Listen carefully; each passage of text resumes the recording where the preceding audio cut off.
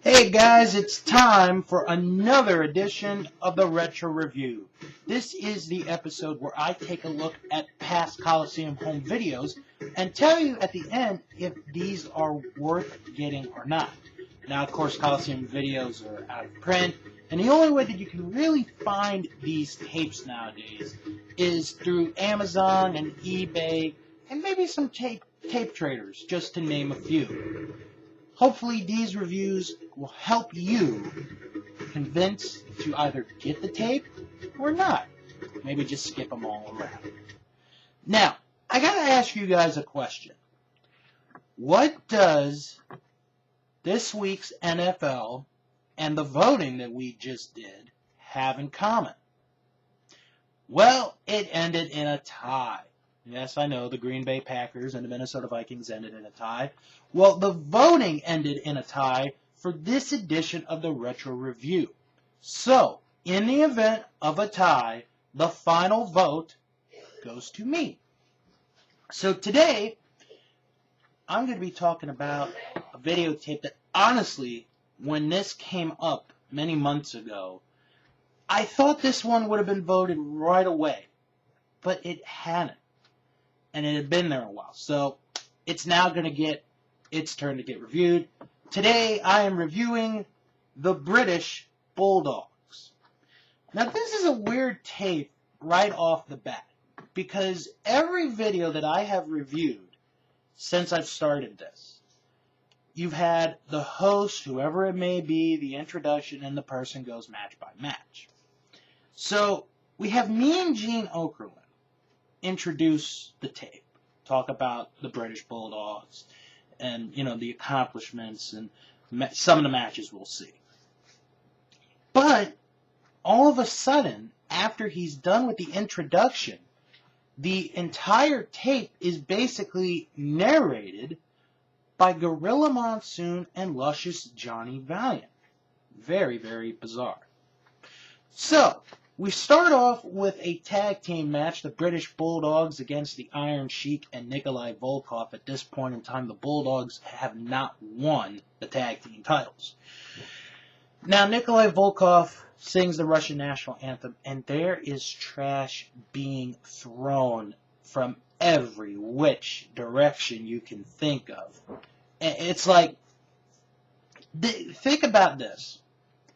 And I know a lot of you guys have seen the footage of the NWO when they attacked and everybody's throwing trash. This is Sheik and Volkov long before the NWO ever did that. So the Bulldogs interrupt Volkov singing the Russian national anthem, and, they come out and they start fighting. This is a different tag match, to say the least. I thought this maybe could have been a little bit better, but it is 1985, but Sheik and Volkov do get an advantage for pretty much most of the match. But the ending comes when the Iron Sheik has the camel clutch on Davey Boy. Dynamite comes in to make the save. And then we get an all-out brawl. Volkov then gets tagged in during this whole melee. He picks up Davey Boy, about to ready, to slam him. Dynamite comes off the top rope, drop kicks Volkov, drops him down. Davey Boy is on top of him. 1, 2, 3. The British Bulldogs steal a victory in a match that I thought maybe could have been a little bit better, but the Bulldogs get the win. Now we go into singles competition, and we start off with a great match: the Dynamite Kid against Bret Hart. And I'm sure a lot of fans that are watching this are going to say, well, they always had great matches. And these two matches, they do. Well, one is a great match, the other is a good match. I'll get into that momentarily. But here's my first complaint of the videotape. You have these single matches of the Bulldogs and the Hart Foundation. Why is there not a tag team match between the Bulldogs and the Hart Foundation on this tape? I mean, 25, almost 30 years later, people are still talking about the Bulldogs and the Hart Foundation, two of the greatest tag teams of all time, had tremendous tag team matches. And you show it by having two singles matches. But anyway, you know what? I'm not going to get off track here. I'm going to talk about this match. This is a exciting match between both men. A lot of near falls in this match. A lot of beautiful moves by Dynamite and by Bret Hart. The end of the match comes. Bret Hart tries to suplex Dynamite, but Dynamite reverses it. He gets Bret Hart in an O'Connor roll, gets a 3 count and a victory, and a very good match. After that, Jim Neidhart comes out. He and Bret attack Dynamite. That is until Davey Boy Smith comes out to make the save for his partner, and the Harts run away. So now we go to the other singles match, Davey Boy Smith against Jim the Anvil Neidhart. And, you know, when you look at it, they always did the pairings right, I thought, for the most part, because you have Dynamite and Bret, who are easily the quicker of the two men on the team, and then Davey Boy and Jim, who are the stronger of the two. This is actually a shorter match than I think a lot of people would have expected. And there is a lot of power shown. At one point, they're on the outside. Neidhart sends Davey Boy into the barricade, and it knocks down the entire set. That's how strong Neidhart was. It just knocked over the entire set. You know, the entire row of barricades. It was you know, I'm not saying it's one of the most amazing feats of strength I've ever seen, but it is pretty impressive. Now, the end of the match, Davey Boy is starting to, you know, make a comeback on Jim Neidhart. And Davey Boy attempts for a splash. Neidhart half-heartedly moves out of the way, and Davey Boy's face goes square first into the turnbuckle, and it just knocks him out. Neidhart gets on top of him, 1, 2, 3. Jim Neidhart wins that match. And hopefully that will not be much of an interruption, because if... Alright, I'll be alright. So, now we go to a unique 6-man tag team match. Now, this is about 3 weeks before WrestleMania 2. This is a unique 6-man tag team match. The British Bulldogs and Captain Lou Albano against Greg Valentine, Brutus Beefcake, and Johnny Valiant. This match, to be honest, is the most surprising match of the entire tape. I thought, this is not going to be good. It actually ends up being a decent 6-man tag match, and you see this entire match. And it's really good. There's no, you know, like any cheating or any of that. You got the Bulldogs, you know, they get an advantage for a little bit, then Beefcake and Valentine get an advantage for a little bit. Valiant gets in the match, Albano gets in the match, believe it or not. And it's just really good back and forth action. And then you get to the conclusion where everybody is in the ring, and the ending is Davey Boy pins Beefcake. Beefcake was not the legal man. Valentine was the legal man in the ring, but Davey Boy pins Beefcake 1, 2, 3 in the ring. The Bulldogs and Lou Albano, win the 6-man tag team match. Like I said, this was surprisingly a good match. I had my doubts, but it ended up being a pretty good match. Then we go to the final moments of the match at WrestleMania 2, where the British Bulldogs beat Valentine and Beefcake for the tag team titles. I don't really think I need to go into that. Then we go to a special workout segment where Gene Okerlund is at Diamond Gym in Meadowwood, New Jersey, just outside of New York City. And he talks to one of the employees there, and she talks about how, and I don't think she's been very comfortable in the microphone or with the camera. I don't think she'd ever done this before. So, you know, she says how basketball players, football players, boxers come here, bodybuilders and wrestlers, and Ricky Steamboat comes in. So the British Bulldogs, you know, they come in too.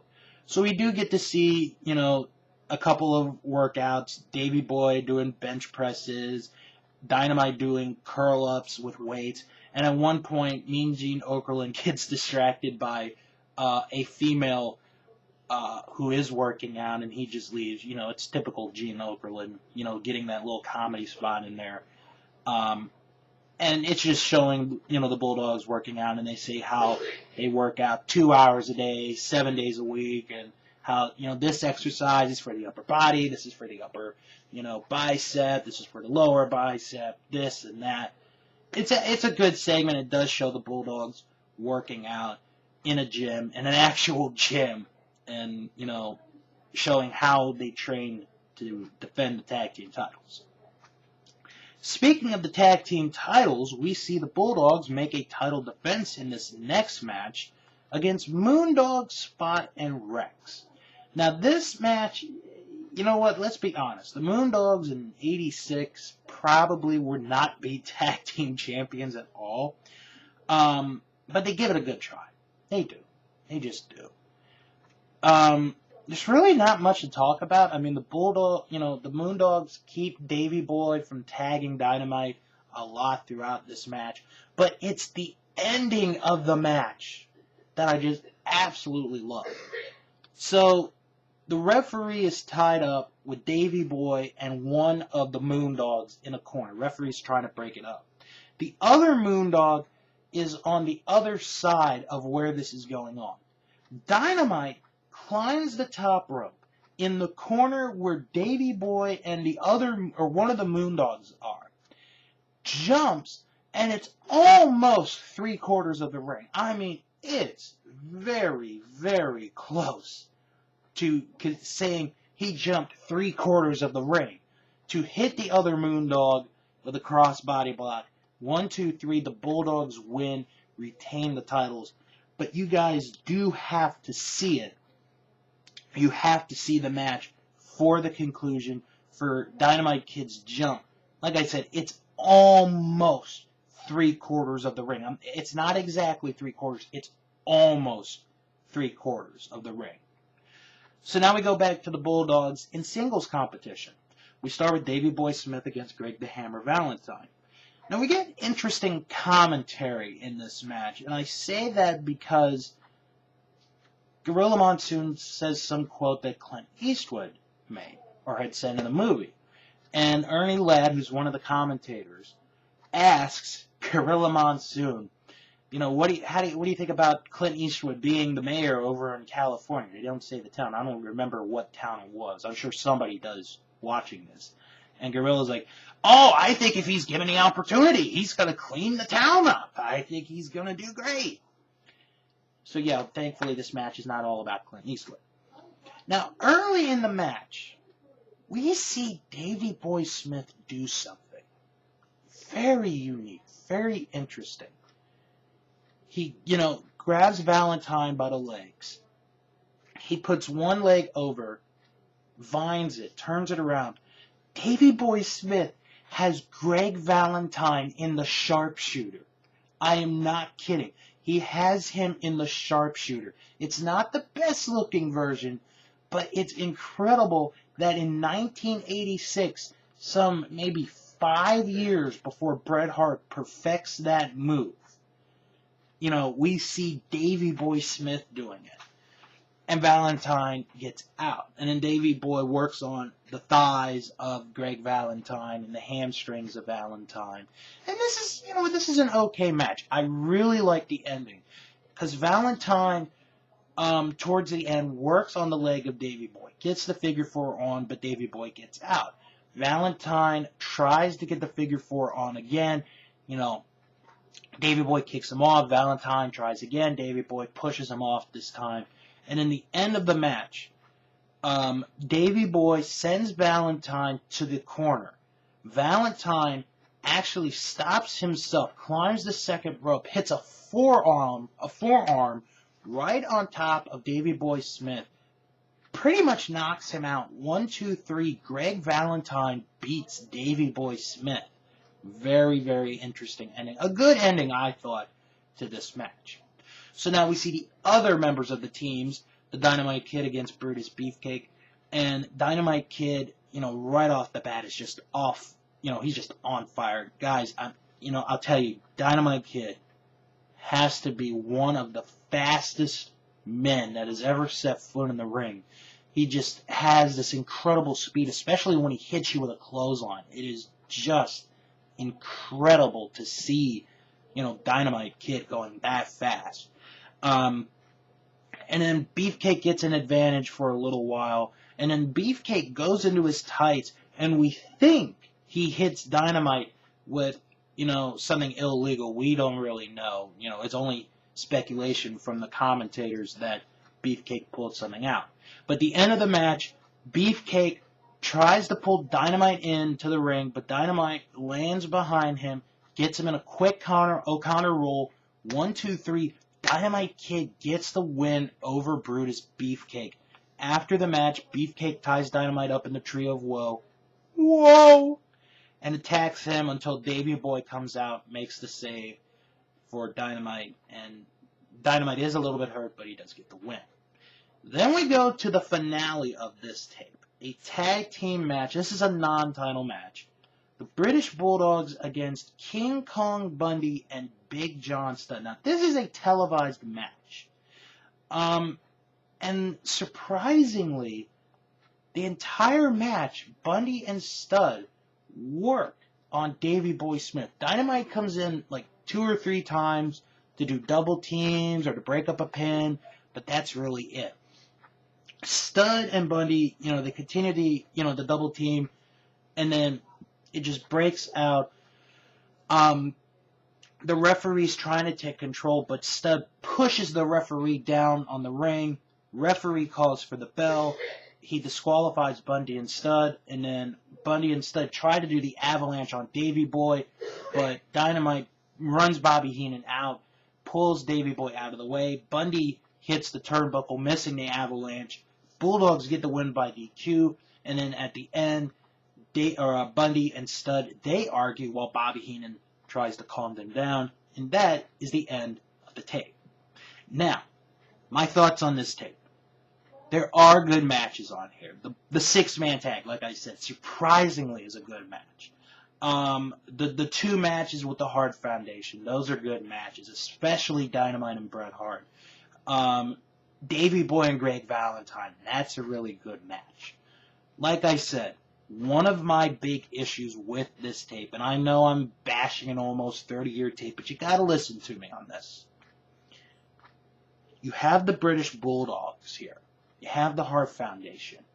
Why can't you show a match with the Bulldogs against the Harts in a tag team match? The singles matches, I don't mind. They were good matches. But you have, these 2 teams that are just fantastic tag teams. 2 of the best of all time, in my opinion. And you don't have a tag team match pitting those 2 teams on this tape. It is absolutely surprising, that they don't have that.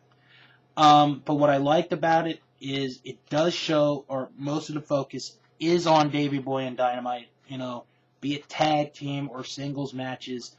For me, I think I would have liked maybe 1 or 2 more tag team matches on here, just to be fair. The singles matches does even it out, and you have a good segment with the Bulldogs working out, and it's not really, much comedy. You do have that one comedic moment where Mean Gene, chases off after that lady who's working out. It is a little bit funny, but other than that, I would say this is a good tape. This is actually one of the rare tapes to find. I've seen I've seen tapes like these go at least $75, maybe more. So this is one of the rare videos. And, excuse me. And if you can get your hands on this tape, you truly have a collector's item. And I just want to say to Dynamite Kid, Tom Billington, everybody knows by now about the stroke he recently had. Get well soon. Get better. All the fans around the world, we're pulling for you. We're rooting for you to get better, get 100%, and, be healthy again real soon. Now, At this point, I would end the videotape. However, because this is the last of the 9th video series that WWF and Coliseum Video released, what I do at the end of every group, for those of you that are new, is I rank the 3 videotapes that came out in that series. Gold, silver, bronze, sort of like the Olympics. So the tapes that came out in this group, besides the British Bulldogs, are the WWF Inside the Steel Cage and the Best of the WWF Volume 9. So this is how I'm going to put it. I'm going to put the Best of the WWF Volume 9 number 1. That gets the gold medal for me. I put the Bulldogs at number 2. It gets the silver. And I put Inside the Steel Cage number 3. It gets the bronze medal. That is my ranking for that group. Best of the WWF Volume 9 gets the gold. The British Bulldogs get silver. And Inside the Steel Cage gets bronze. Well, I hope you guys enjoyed this edition of the Retro Review. And please come back and check out real soon for the last voting period of 2013. Because in December, I'm going to do one more review before this year is over. I hope you guys enjoyed this edition of the Retro Review. I am Wrestling Man. Hope you all have a wonderful, wonderful weekend. Goodbye, everybody.